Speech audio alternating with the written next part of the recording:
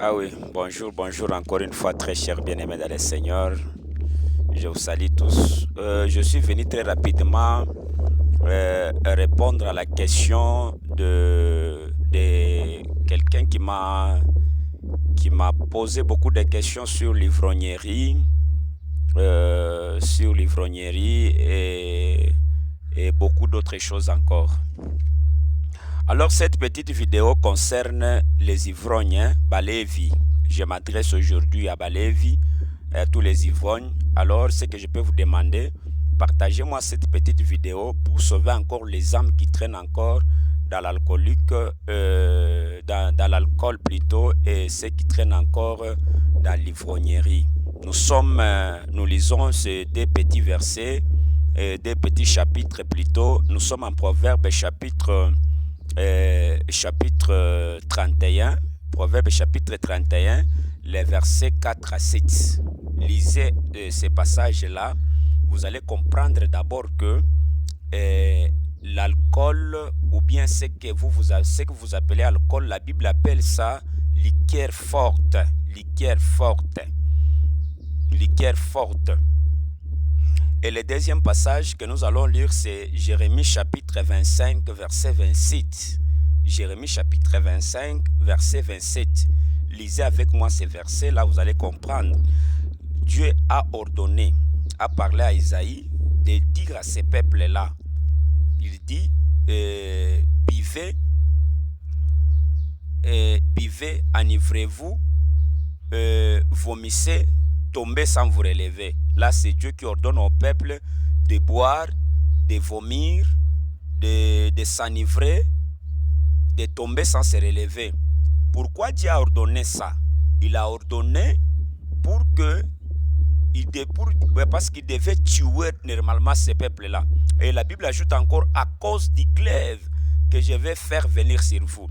C'est-à-dire que Dieu pouvait tuer ces peuples-là, Dieu pouvait massacrer ces peuples-là.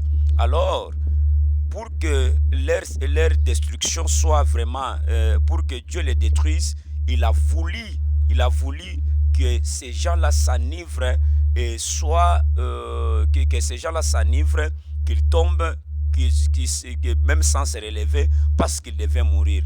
Alors nous comprenons d'abord dans les premiers versets que la Bible détermine bien que donner des liqueurs fortes à celui qui périsse. Cela veut dire le liqueur forte, toute boisson enivrante. Tapez sur votre dictionnaire, demandez liqueur forte, c'est quoi? On vous dira.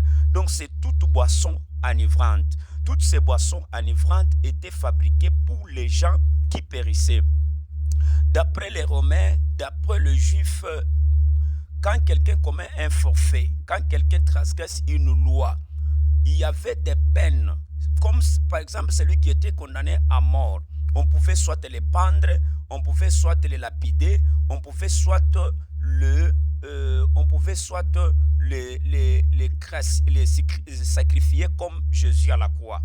Alors, tous ces gens qu'on devait pendre, tous ces gens qu'on devait jeter des pierres ou bien lapider, tous ces gens qu'on devait crucifier, on ne devait pas les pendre ou les sacrifier dans un état conscient.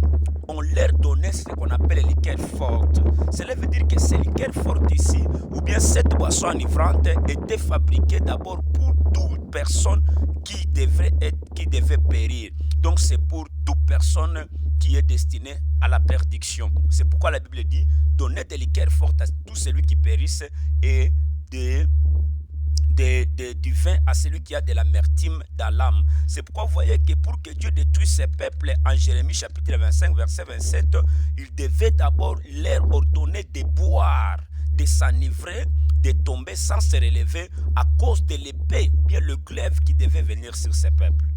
Bien-aimé dans le Seigneur. Maintenant, pose la question à celui qui est à côté de toi. Il boit pourquoi? Il boit pourquoi? Il boit pourquoi? Cette usine de l'alcool ou bien des liqueurs forts était fabriquée exclusivement pour les gens qui devaient périr. Maintenant, toi, tu bois pourquoi? Angarifu unabakia na mkulu kipande njua bulevi wako. Angarifu unabakia mkulu kipande ona vile bali kukonga njuu ya bulevi wako. Angalia maksida loko nafanya sini bulevi, hein? Sini bulevi boule. Alors, quand quelqu'un boit, il oublie la loi. Alors, en oubliant la loi, Quand quelqu'un oublie la loi, on profite par là, on les tue.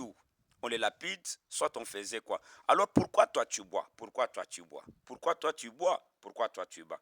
Si tu as un avis contraire à ce que je dis, à ce que je t'ai montré, l'origine des liqueurs forts que toi tu prends, ou bien tu as encore un autre argument que tu peux nous donner, le numéro est affiché en haut de l'écran là, c'est le numéro du pasteur Cephas. C'est le numéro du pasteur Cephas. Écrivez-moi, contredisez-moi ou bien ajoutez-moi quelque chose. Abonne-toi sur mon compte WhatsApp, compte TikTok plutôt, pour ne pas rater d'autres vidéos. Voilà. Nous reviendrons avec d'autres vidéos par après et nous réagissons par rapport aux questions et nous profitons pour faire ces vidéos pour que nous puissions aider les autres et sauver les âmes qui traînent encore dans l'ivresse. Alors partagez-moi juste cette vidéo et Dieu va vous bénir. Amen.